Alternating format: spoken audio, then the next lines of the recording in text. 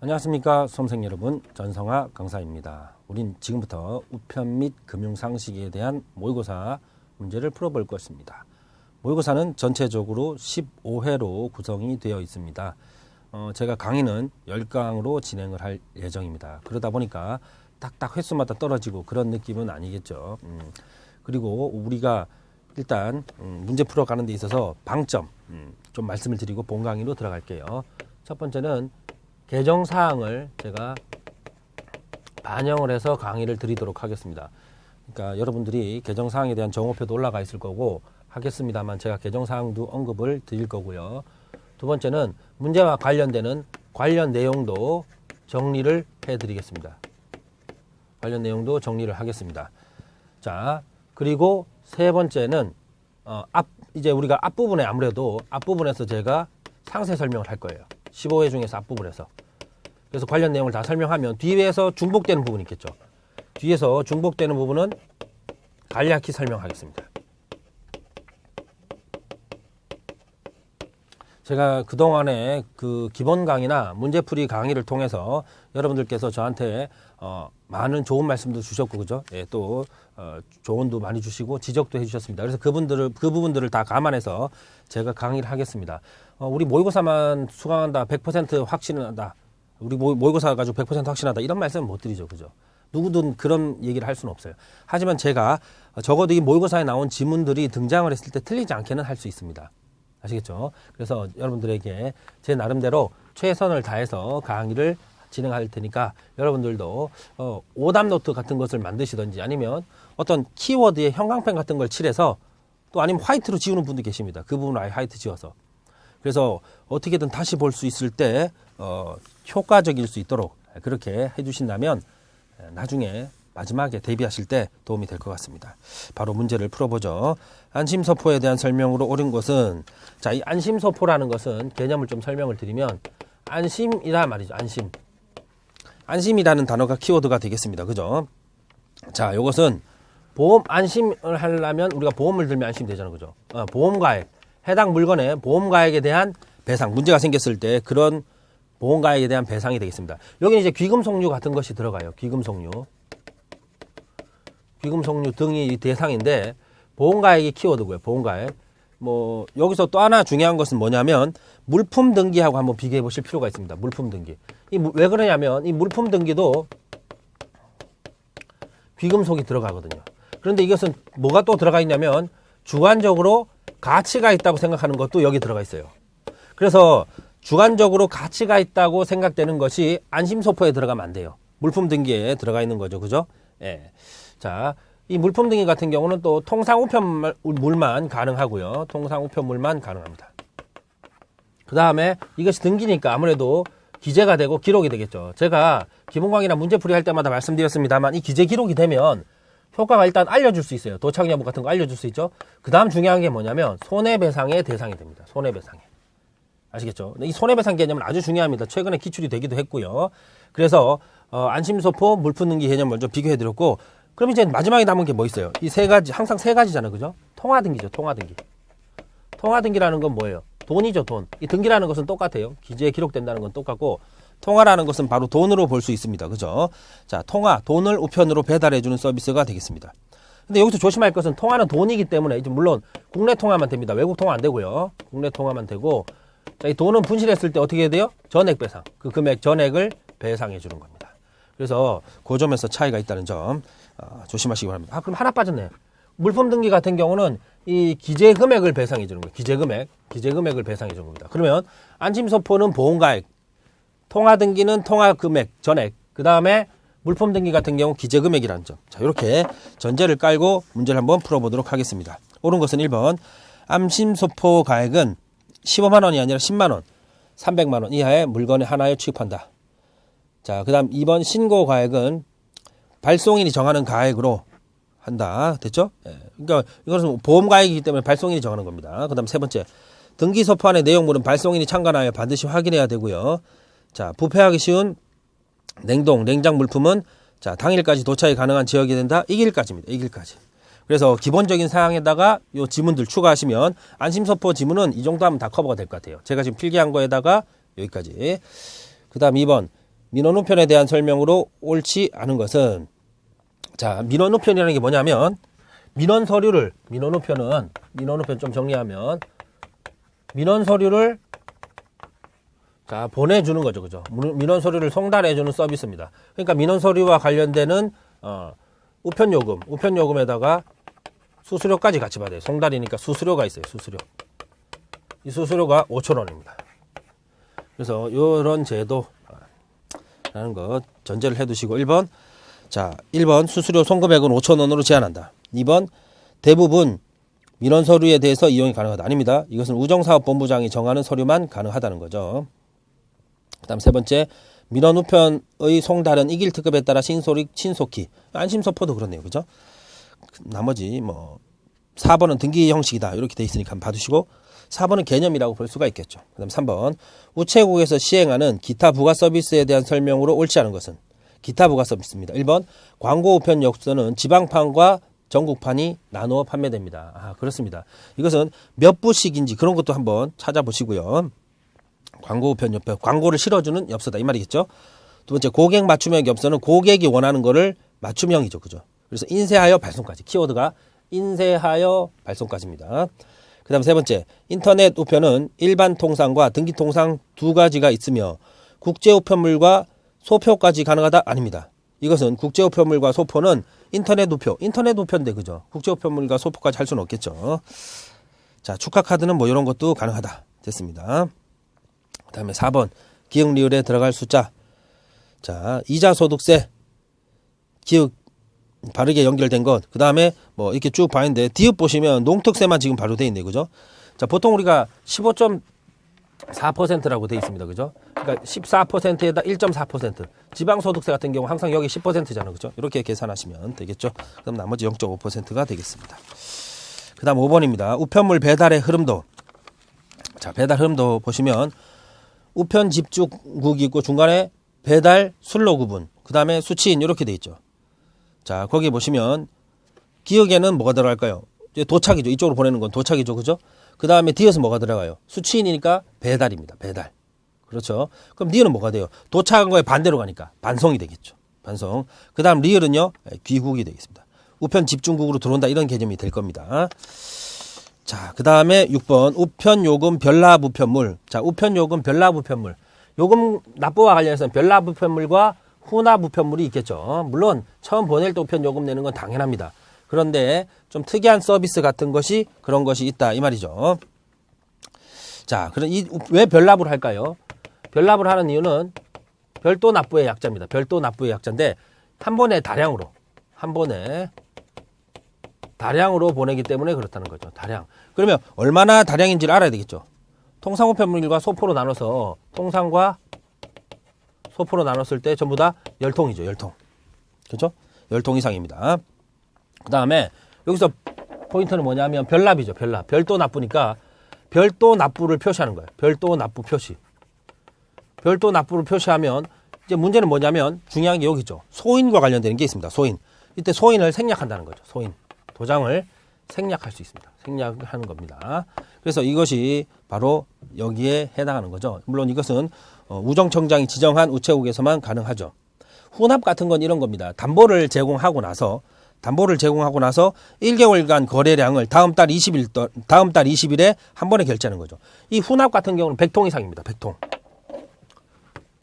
후납은 첫 번째 이거하고 비교해서 100통 이상이라는 점 좀 기억을 해 두시고요.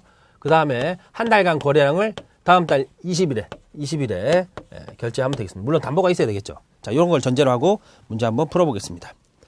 자, 1번 요금 별납 우편물의 취급 통수는 통상 우편물, 소포 우편물 모두 몇 통이라고 그랬어요? 제가 10통. 문제 풀기 쉽다 그죠?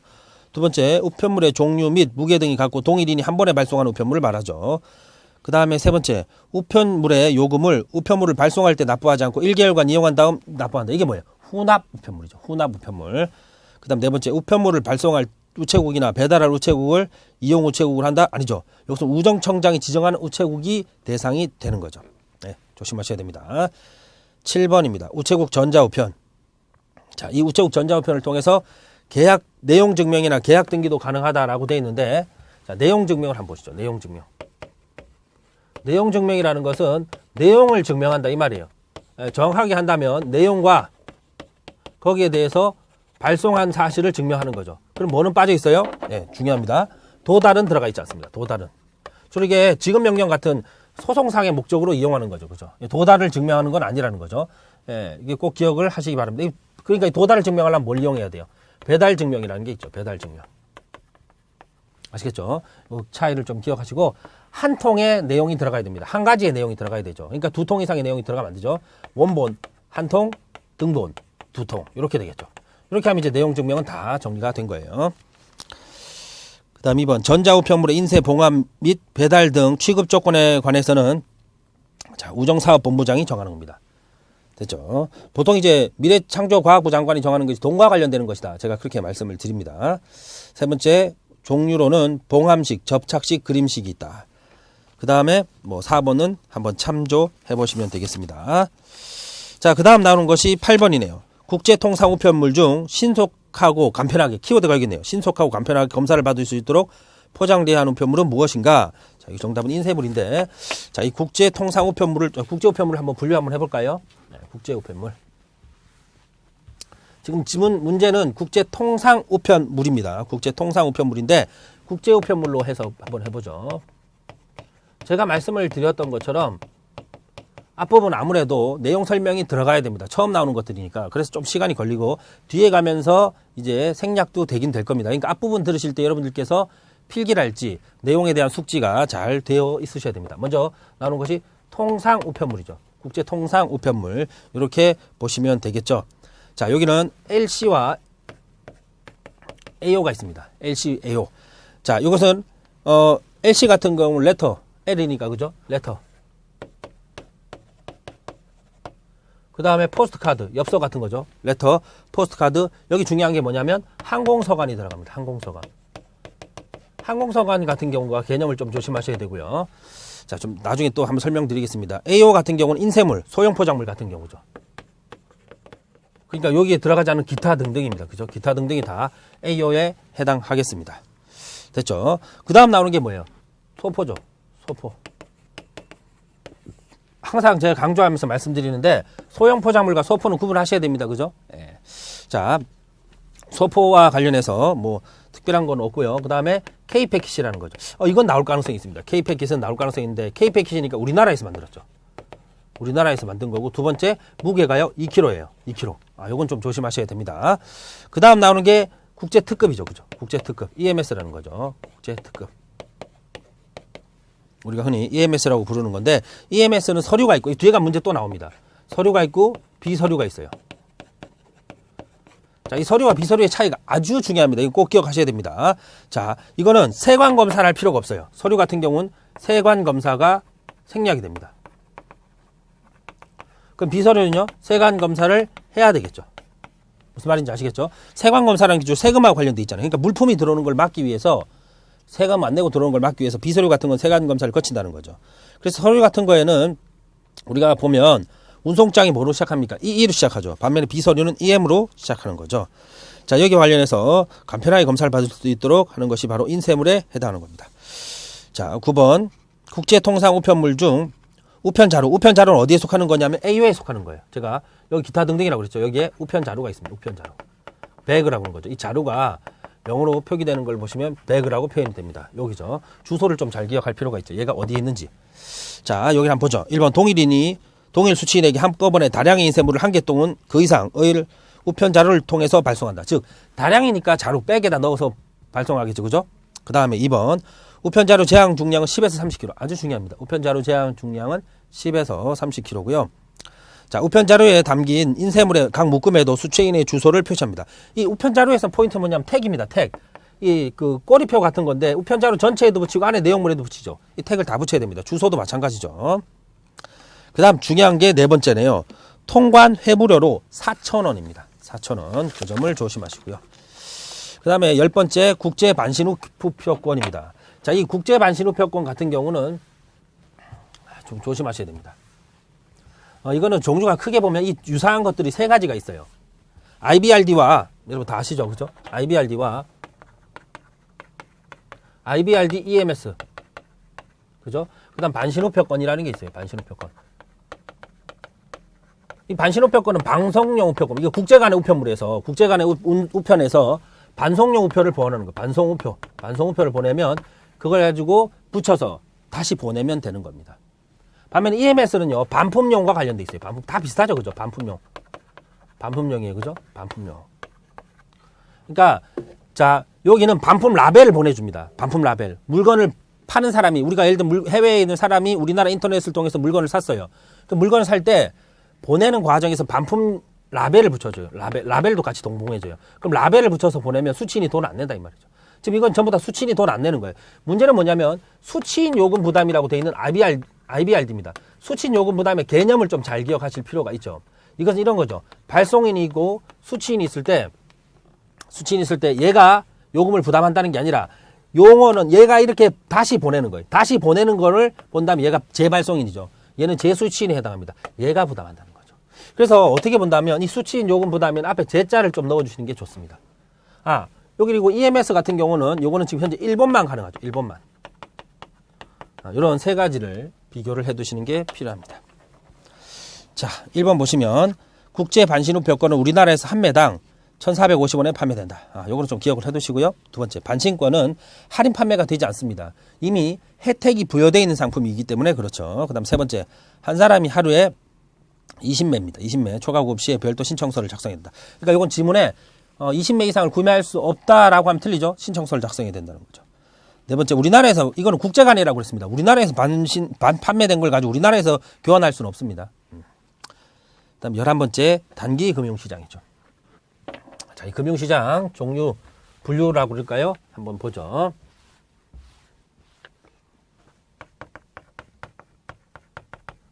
금융시장은요, 장기금융시장, 만기에 따라서 단기금융시장 이렇게 나눕니다. 단기금융시장과 장기금융시장으로 나눌 때 장기금융시장에 해당하는 대표적인 것이 채권과 주식이에요. 채권과 주식입니다. 아시겠죠? 채권 같은 경우 만기가 있으니까 장기로 될 수 있다고 이해하실 텐데 주식은 보통 만기가 없어요. 만기가 없음에도 장기 금융시장에 들어간다는 점, 그 점을 조심하세요. 그럼 다른 말로 하면 이 채권과 주식은 또 뭐에 해당할 수 있냐면요. 직접 금융시장과 간접 금융시장으로 구분한다면 얘들은 직접 금융시장에 속합니다. 직접 금융시장이라는 것은 중간에 중개하는 금융기관을 거치지 않는단 말이죠. A라는 사람이 갑회사의 주식을 사면 바로 갑회사에 돈이 들어가는 거예요. 중간에 금융기관, 은행이나 보험을 거치지 않죠. 반면에 그 외 상품들을 특히 은행이나 보험과 관련된 상품들은 A라는 사람이 은행에 100억을 입금을 해요. 그럼 은행이 갑에게 대출해 줍니다. 그러니까 갑이 은행을 거쳐서 돈의 조달을 받는 거죠. 자금의 조달을 받습니다. 따라서 이것들은 뭐예요? 간접 조달 시장이 되겠습니다. 간접 금융시장 또는 간접 자본 조달 시장 이렇게 부를 수가 있겠습니다. 자, 이와 관련해서 문제 한번 풀어보죠. 11번. 1번. 단기 금융시장은 금융기관, 기업, 개인 등의 일시적인 자금 수급의 불균형을 조정하는 데 활용된다. 그래서 일시적. 됐죠? 그 다음 2번. 단기 금융시장은 만기 1년 이상의 채권이나 만기가 없는 주식시장. 아니죠. 이건 지금 장기죠. 장기. 그 다음에 세 번째, 얘가 여기 나오네. 콜은요, 은행 간의 초단기 금리와 관련된 시장을 말하고요. 기업은 CP죠. 그 다음에 양도성 예금증서. 양도성 예금증서는 나중에 한번 하겠습니다. 제가 만기가 주로 91일 이하죠. 자, 그 다음에 4번 보시면 만기 시장은 만기가 짧죠. 단기 시장은 만기가 짧기 때문에 금리가 변동될 위험이 적어요. 변동되더라도 아주 작죠. 그래서 자본 손실 위험이 작다는 거. 12번입니다. 반환 기간이 정해지지 않아 언제든지 입출금이 자유로우며 입출금이 자유로운 상품. 이게 출제 가능성이 아주 높죠. 질권 설정이 금지된 것이 특징인 예금이 뭐냐? 보통 예금입니다. 그죠? 네. 자, 여기에서 조심하실 것은 정기 예금과 정기 적금은 입출금이 자유롭지 않습니다. 그죠? 정기 예금과 정기 적금 같은 경우는 어떻게 되어 있습니까? 목돈 마련에 적합한 상품이죠. 그 다음 별단 예금은 입출금이 자유로운 상품은 맞습니다. 하지만 이것은 특정한 계좌를 목적으로 하는 것이 아니라 일시적인 상품이 일시적으로 보관하기 위한 계정이죠. 그 다음 실버 우대 예금입니다. 자, 우리 예금 상품 중에서는 시험에 뒤에 가면 또 나올 텐데 나이 제한이 있는 상품이 있어요. 나이 제한. 아주 중요한 거죠. 그죠? 나이 제한 관련해서는 영리한. 이렇게 단어가 들어가면 이것은 자, 18세부터 35세까지죠. 그죠? 얘들. 그 다음에 바로 여기 실버죠. 실버는 50세 이상입니다. 자, 요 두 가지가 나이 제한이 있다는 거죠. 특히 여러분 나중에 풀겠습니다만 2040도라는 거는 근로소득자를 지칭하는 그런 의미로 상징적인 의미로 쓰인 거지 절대 이것이 나이 제한이 있는 게 아니에요. 자, 1번 50세 이상 실버 전용 상품, 2번 가입 기간은 1년 3년, 3번 만 50세 이상의 개인이라면 가입 가능하며 1인 1계좌입니다. 1인 1계좌. 특히 이제 요거 조심하실 것이 비과세 종합저축 같은 것도 1인 1계좌입니다. 자, 가입 금액은 1,000만 원 이상 제한이었고요. 14번 우체국 이용고액 모두에 대해서 혜택을 제공한 상품으로 패키지별 우대금리 등 다양한 우대 서비스를 제공하는 상품을 무엇인가? 우체국 이용고객 모두라는 게 키워드인데요. 다드림입니다. 다드림. 이 다드림이라는 것은 혜택을 포인트로 주면 우체국 관련 모든 서비스를 이용할 수 있다. 이런 뜻이에요. 모든 서비스가 이용이 가능하다. 이런 뜻이죠. 그럼 우체국 서비스가 뭐 있는데요? 그렇죠. 예금. 그 다음에요. 보험. 가장 중요한 우편이죠. 이러한 모든 서비스를 다 포인트를 통해서 이용할 수 있다. 이런 뜻이 되겠습니다. 자, 그 다음에 15번입니다. 다음 용어에 대한 설명으로 잘못 짝지어진 것은 이 보험의 구조를 말하죠. 그죠? 보험의 구조. 자, 보험의 구조도 간단히 좀 설명을 드리면요. 자, 보험자가 있고요. 보험자가 있고, 보험 계약자가 있겠죠. 계약자. 보험자는 보험회사를 말합니다. 보험회사. 보험회사를 말하고요. 보험 계약자는 보험 가입자라고 생각하시면 되겠어요. 그 다음에 보험의 대상이 되어 있는 사람, 피보험자죠. 피보험자. 이걸 연상할 때는 피를 흘린 사람, 이렇게 생각하시면 되겠죠. 그리고 나중에 보험금을 받는 사람 뭐라고 그래요? 보험 수익자라고 합니다. 보험 수익자. 아시겠죠? 자, 이와 관련해서 보험자는요, 보험자는 보험 계약자에게, 나중에 보험 수익자에게 보험금을 주죠. 보험금을 줍니다. 그리고 보험 계약자에게는 보험 증권을 교부합니다. 그죠? 보험 증권을 교부하죠. 반면에 보험 계약자는요, 보험자에게 고지 의무나, 계약 전에 고지 의무나 나중에 일정한 통지 의무가 있어요. 그죠? 통지 의무가 있고, 여기다 또 뭐를 줘요? 보험료를 지급합니다. 보험료를 지급하죠. 자, 이런 점을 기본으로 깔고 보시면 되겠습니다. 1번 피보험자. 자, 담보시킨 사람. 이게 키워드겠죠. 그 다음 2번 보험자. 자, 보험금을 지급할 의무가 있는 관계자. 이게 키워드죠. 그럼 3번 보시면 보험 수익자. 보험금 지급을 청구할 수 있는 사람. 그 다음 보험계약자는요. 보험계약을 대리 중개하는 사람이 아니겠죠. 그죠? 그 다음 16번. 우체국 연금저축보험. 연금저축입니다. 연금저축.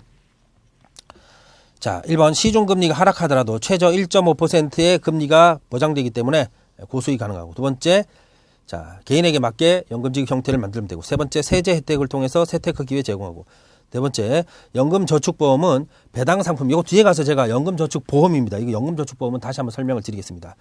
여기선 핵심적인 내용이 나온 게 아니고 뒤에 가서 제가 한번 설명을 드리죠.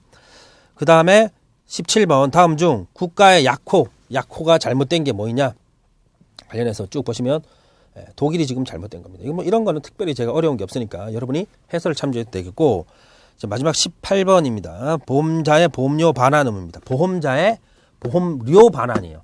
특히 해지가 됐을 때 원래 여기다 보험료를 여기서 얘가 이쪽에 보험료 줬잖아요. 그럼 받은 보험료를 다시 돌려준대. 왜 그럴까요? 해지됐으니까 그렇지. 해지됐을 때.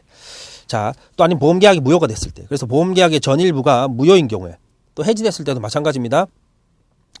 보험계약자가 선의이며 중과실이 없어야 돼요. 선의 그냥 과실이 아니라 중과실이 없는 때에는 자, 피보험자에 대해서 보험자 거기 보시면 보험계약자와 피보험자가 선의이며 무중과실이 없을 때 보험자에 대해서 전일부에 반환을 청구할 수 있습니다. 자, 여기까지가 이제 우리 1회 문제입니다. 2회 문제도 조금 보고 마치도록 하겠습니다.